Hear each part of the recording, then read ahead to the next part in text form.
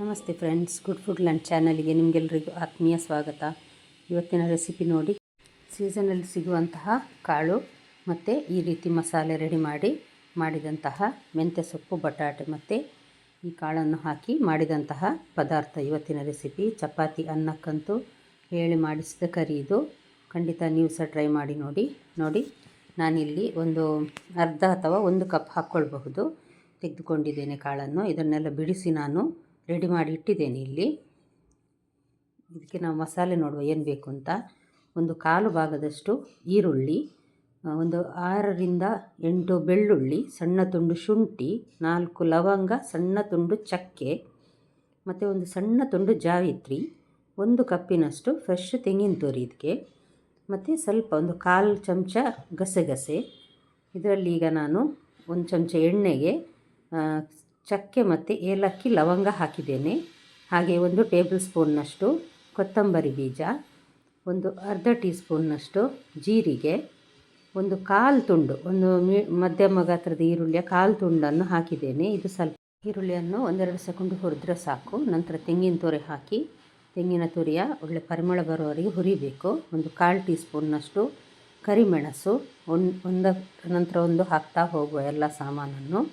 ಇದು ನೋಡಿ, ಗಸಗಸೆ, ಶುಂಠಿ, ಬೆಳ್ಳುಳ್ಳಿ ಮತ್ತು ಸಣ್ಣ ತುಂಡು ಜಾವಿತ್ರಿದು, ಅದನ್ನು ನಾನೀಗ ಹಾಕಿದ್ದೇನೆ. ಹಾಕಿ ಹುರಿತಾ ಇದ್ದೇನೆ ನೋಡಿ. ಒಂದು 1/4 ಟೀ ಸ್ಪೂನ್ನಷ್ಟು ಅರಸಿನ ಪುಡಿ, ಒಂದು ಕರಿಬೇವಿನ ಎಲೆ, ಇದನ್ನು ಹಾಕಿ ಕರಿಬೇವಿನ ಎಲೆ ಚೆನ್ನಾಗಿ ಕ್ರಿಸ್ಪ್ ಆಗುವವರೆಗೆ ಹುರಿಬೇಕು. ಬ್ಯಾಡಿಗೆ ಮೆಣಸು, ಉದ್ದ ಮೆಣಸು ಮಾತ್ರ ನಾನಿಲ್ಲಿ ತೆಗೆದುಕೊಂಡಿದ್ದೇನೆ, ಬಣ್ಣ ಚೆನ್ನಾಗಿ ಬರ್ತದೆ ಅದಕ್ಕೋಸ್ಕರ.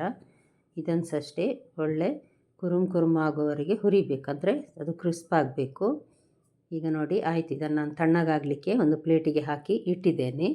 ಈಗ ನಾವು ಇದಕ್ಕೆ ತರಕಾರಿ ಏನು ಹಾಕ್ತೇವೆ ನೋಡುವ. ಬಟಾಟೆ, ಒಂದು ದೊಡ್ಡ ಗಾತ್ರದ ಬಟಾಟೆಯನ್ನು ನೋಡಿ ಈ ರೀತಿ ಸಣ್ಣಗೆ ಕಟ್ ಮಾಡಿ ನಾನು ರೆಡಿ ಮಾಡಿ ಇಟ್ಟಿದ್ದೇನೆ. ನೀರನ್ನು ಬಿಸಿ ಆಗಲಿಕ್ಕೆ ಇಟ್ಟಿದ್ದೇನೆ. ಇದನ್ನು ಬೇಯಲಿಕ್ಕೆ ಇಡುವ. ಇದು ಒಂದು 3/4ರಷ್ಟು ಬೇಯಲಿ, ನಂತರ ಕಾಳುಗಳನ್ನು ಹಾಕುವ. ಈಗ ನೋಡಿ ತಣ್ಣಗಾಗಿದೆ. ತಣ್ಣಗಾದ ಈ ಮಸಾಲೆಯ ಸಾಮಾನೆಲ್ಲ ಹಾಕಿ ಸ್ವಲ್ಪ ನೀರು ಹಾಕಿ ಇದನ್ನು ನುಣ್ಣಗೆ ರುಬ್ಬಲಿಕ್ಕಿದೆ. ಈಗ ಸ್ವಲ್ಪ ರುಬ್ಬಿ ತೆಗೆದಿದ್ದೇನೆ. ನಂತರ ನೋಡಿ, ಒಂದು 1/4 ಲಿಂಬೆ ಹುಳಿಯಷ್ಟು ಗಾತ್ರದ ಹುಳಿಯನ್ನು ಹಾಕಿ ಚೆನ್ನಾಗಿ ನುಣ್ಣಗೆ ರುಬ್ಬಿದ್ದೇನೆ. 1 ಹಿಡಿಯಷ್ಟು ಮೆಂತ್ಯ ಸೊಪ್ಪಿದು, 1 ಹಿಡಿ ಅಂದರೆ ಸಾಧಾರಣ ಸಣ್ಣದಾದ ಒಂದು ಕಟ್ಟವೇ. ಇದು ನೋಡಿ ಮಸಾಲೆ.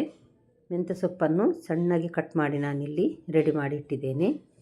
ಈಗ ಇದನ್ನೆಲ್ಲ ನಾವು ಒಂದು ಸಲ ರೆಡಿ ಮಾಡಿ ಇಟ್ಕೊಳ್ಳುವ ಪಕ್ಕದಲ್ಲಿ. ಇದು ಒಂದು ಅರ್ಧ ಕಪ್ಪಿನಷ್ಟು ಹಾಲಿನ ಕೆನೆ, ಇದನ್ನು ಈ ರೀತಿ ಬೀಟ್ ಮಾಡಿ ಕ್ರೀಮ್ನ ಟೈಪ್ ಮಾಡಿ ಇಡುವ.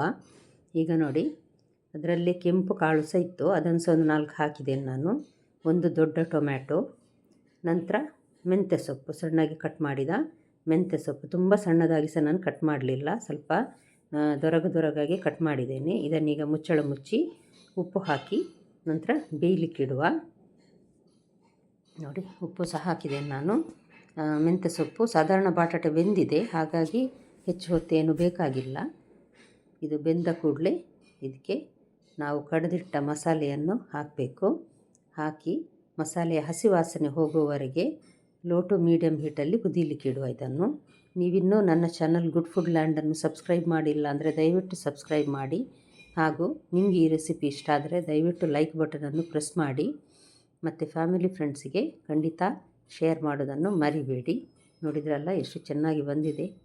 ಅನ್ನಕ್ಕೆ ಮತ್ತು ದೋಸೆಗೆ, ಚಪಾತಿಗೆಲ್ಲ ತುಂಬ ಒಳ್ಳೆಯ ರೆಸಿಪಿ ಇದು ನೋಡಿ. ಈಗ ನಾನು ಇದಕ್ಕೆ ಕ್ರೀಮ್ ಹಾಕಿದ್ದೇನೆ, ಅಂದರೆ ಹಾಲಿನ ಕೆನೆಯನ್ನು ಚೆನ್ನಾಗಿ ಬೀಟ್ ಮಾಡಿದ್ದನ್ನು. ಇದು ಎಕ್ಸ್ಟ್ರಾ ಟೇಸ್ಟ್ ಕೊಡ್ತದೆ ಇದಕ್ಕೆ. ಈಗ ಇದು ಕರಿ ರೆಡಿ ಆಯಿತು. ಖಂಡಿತ ನೀವು ಸಹ ನಿಮ್ಮ ಮನೆಯಲ್ಲೊಮ್ಮೆ ಟ್ರೈ ಮಾಡಿ ನನಗೆ ಕಮೆಂಟ್ಸಲ್ಲಿ ತಿಳಿಸಿ. ದಯವಿಟ್ಟು ಲೈಕ್ ಬಟನನ್ನು ಪ್ರೆಸ್ ಮಾಡೋದನ್ನು ಮರಿಬೇಡಿ. ನಾಳೆ ಇನ್ನೊಂದು ಹೊಸ ರೆಸಿಪಿಯೊಂದಿಗೆ ನಿಮ್ಮನ್ನು ಮತ್ತೆ ಭೇಟಿ ಆಗ್ತೇನೆ. ನೋಡಿದ ಎಲ್ಲ ವೀಕ್ಷಕರಿಗೆ ಧನ್ಯವಾದ.